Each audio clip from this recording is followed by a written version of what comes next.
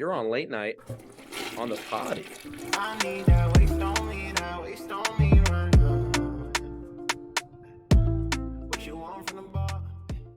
What do you think about the last play? Let's just get out. And on a type of call that's made by the refs. Not saying it shouldn't have been called, but it just sucks as a viewer that that's how it ended. Philly wins that if that call doesn't happen. Field goal or Chiefs could have made a stop. Well, we could talk about Rihanna's halftime show performance, which was legendary in my opinion. She couldn't move a lot because she announced that she was preggo. Congratulations. But I had my money was number one. The line for that dropped significantly, that it was like minus. So like people knew that. That was a really good halftime show. But kind of a side topic is, why are all these celebrities and Hollywood stars, why are they all wearing like red, like looking like demons, devils? Is it just me, or is it every like big event there's something like going on like that? Even Rihanna now, I feel like she was wearing red. There's a bunch of pictures of her looking like crazy, like almost. I feel like if anything, it wasn't in our face like the one from the Grammys was though. Yeah, no way. This one was like subtle. It's every major event now. It's starting to be. It's really weird. How often does Hollywood put on a show for a global international audience? So when they do, I feel like they have to, mix in the red, mix in something to get the potty going. But that's a good point, Brian. And Mando, what else? What other madness did you see from the game? I mean, you called a lot of anytime touchdowns. You called the over. It was Kelsey, Jalen, and AJ Brown all anytimes. How about 8 and 5 for the Superbowl boxes? I'm happy for Andy Reid, like you mentioned, Mando. 2-2 now, all time in the Super Bowl. I was really happy for him, and I thought genius coach. Enemy.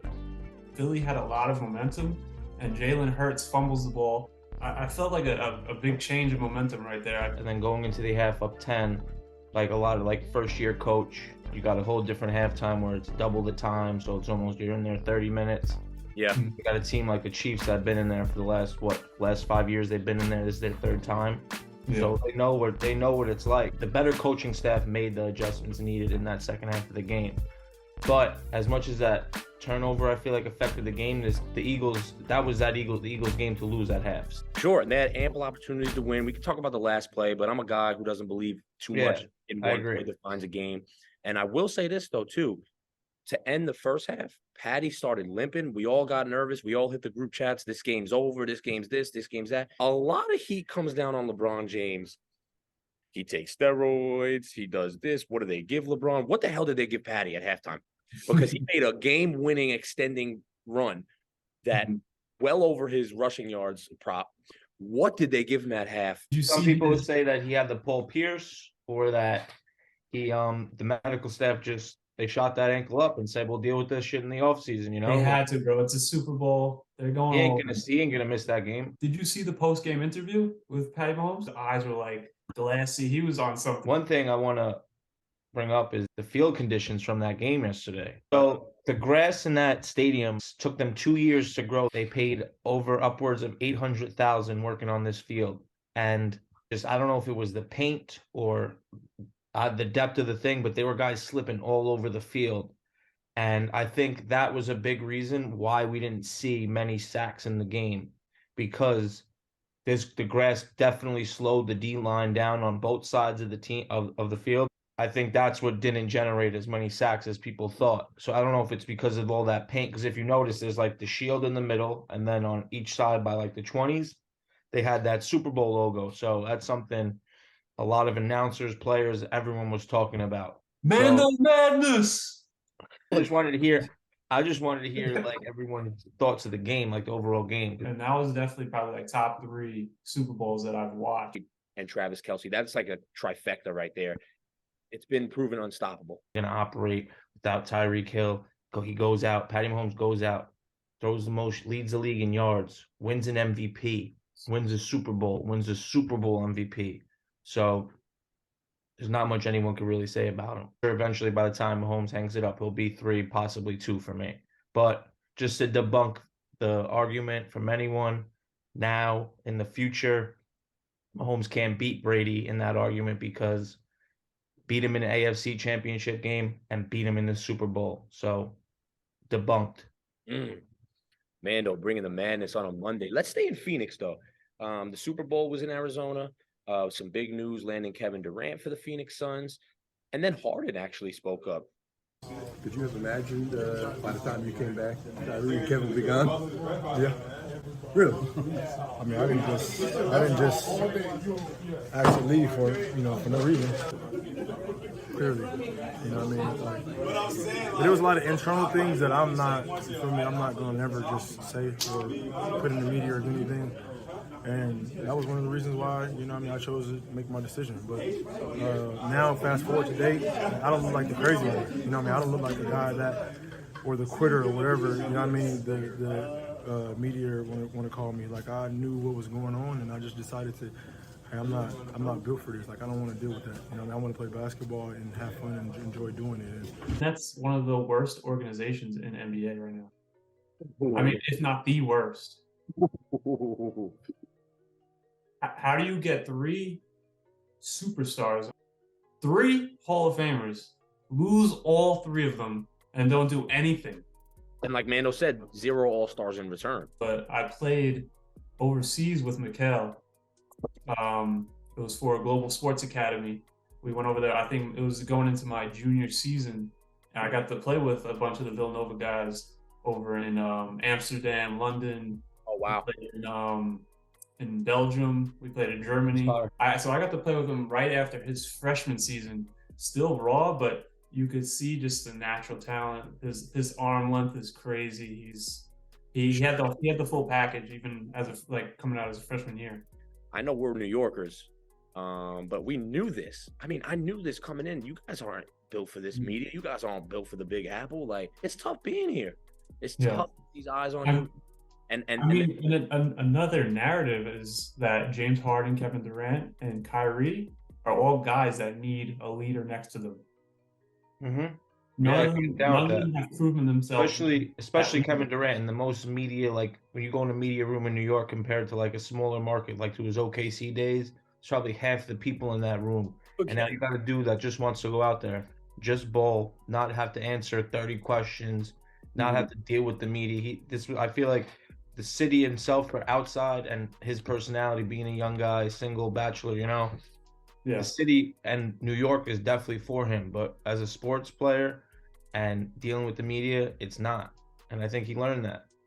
Yeah, and that's why I like the trade a lot for Kyrie to go to the Mavs and have Luka next to him, a guy that has proven his leadership for the Dallas Mavericks organization. And I feel like that's going to be exciting to watch these next couple of years. No question. And really good points surrounding Brooklyn. I will end with this. Philly as a city, it's been tough. I was just going to ask you too, what do you think about that, being a Philly fan right now? It's been tough. You had the Phillies right there with Bryce Harper, couldn't come away with the World Series. You had obviously the Eagles last night. I think the Eagles were closer for them, bro. Like getting it, being there. You had the Astros beat them 4-1, so it's not like it was. You had the Flyers in the NHL too, and now you have the last mainstream sports arm of Philly, the Sixers. Does this mean they get deep this year? Because it doesn't mean they win, but it means they get deep. In the basketball realm, like I think the 2 best teams in the league right now are in the East, but the best teams after that are all in the West. I think it's the Celtics, the Bucks are the 1 and 2. And then everyone else is there. So, but I think the Sixers could make a run, For Philly fans, though, heartbreak after heartbreak. Yeah, that hurts. Jalen hurts, for sure. No pun intended. But yo, let's move on, because honestly, the sports world has been so flavorful.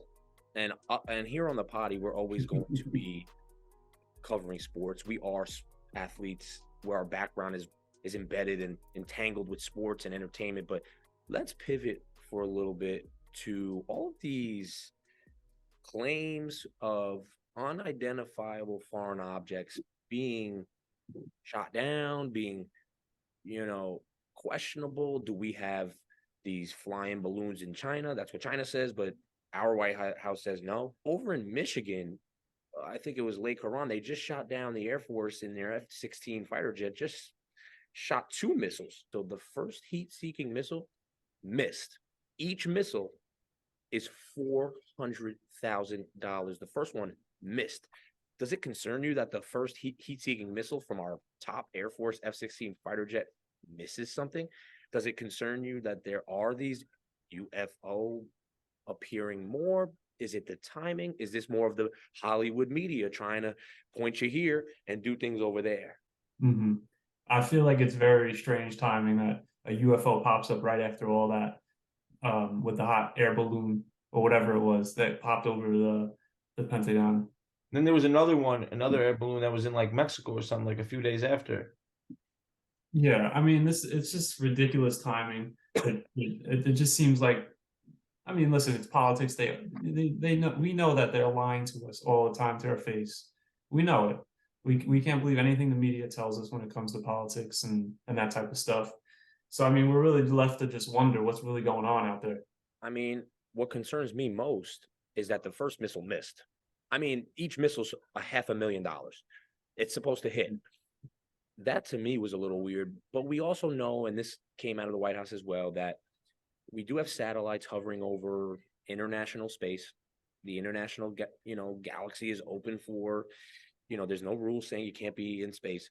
So when China makes a claim like, hey, the US has eyes on us too, they're not inherently wrong because of satellites and stuff like that. But the fact that they missed, that kind of concerns me. And again, it allows the imagination to just drift. Living in definitely strange times. And I don't know which way you could point the finger to. Could be a lot of things, but I don't think anyone, unless you really know classified information, what the real true answer is, and then everything else is just speculation. Biden is a puppet. He's being controlled by somebody. Somebody's telling him what to do, telling him what to say. And to me, it's obvious. This guy doesn't speak for himself. It's tough. You got to dance around things. You got to constantly be aware of how the public reacts versus what the public knows. It's a tough game. You create a whole bunch of hysteria if you tell the truth. And the thing is with a politician, Biden, whomever, like, a politician's always in someone's pocket. So yeah, I'm not saying regardless what side you're on, right or left. Yeah, I feel like even Trump lies to us. It's just getting tired of it. Yeah, man, we're going to talk a lot more about this two-party system here on the Poddy moving forward. We're going to have some guests come on that's going to be more insightful for us. Because like Mando and you said, Brian, we're on the outside. We're looking in, and we just know what we're told. And we were told that the missile missed. So when stuff like that comes out, it's like, it's important for us to cover, more specific matters pertaining to maybe our country, maybe our macro perspective, such as a two-party system versus did we outgrow a two-party system? But the Poddy will bring on some guests that will, in the house. Then you have that person who has their perspective of it, and then they could say it one way, and then you have another person who thinks the same way, and then they just see it a completely different way, and they have their way of articulating it. So it's just I think we're trying to get a feel to see if he's speaking biasly or is he speaking from both sides. Well, that's why on the royal bias, we want to get a narrative surrounding the political realm of more transparency. Again, transparency is hard to get 100% of, but let's at least have a conversation that doesn't involve choosing a side, but more an in-depth evaluation of an ideology of how we're thinking. Let's break down, okay, this is how you think. That's why you think like that. Here's how I think. Here's why I think like that. Let's not say you're right or I'm right. Let's just understand, hey, that's a unique perspective. I feel like a lot more people are in the middle and they're either leaning a little left or they're leaning a little right, but they're closer to the middle.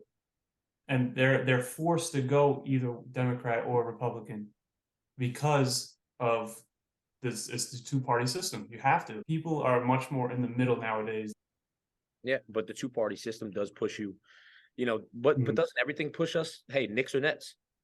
Hey, Mets, Yankees, Jets, Giants. Yeah, at the end of the day, you have to choose one. You have to choose. You have an ultimatum either way, regardless of everything you do. Right. Can you get up my face? I'm on the Poddy. I do want to play the last thing before we get off the Poddy. I'm going to play it right here. Mississippi Valley State took on Alabama A&M at home, and with 3 minutes left, 63-63 tie ball game. And Alabama an Alabama A&M player accidentally brushed into a cheerleader from Mississippi Valley State who took it really wrong. A confrontation came. The cheerleader got ejected, and Alabama A&M ended up hitting a shot at the buzzer to win on the road. And the Alabama A&M coach, he's fussing. He's fussing and cussing. Going to put one of the cheerleaders out of the game, it seems. And it's getting real heated here at the R.W. Harrison complex. They're walking toward the cheerleading section. And they're going to escort one of the cheerleaders out. They say one of the cheerleaders walked onto the court. Have you ever seen a cheerleader get ejected at a basketball game?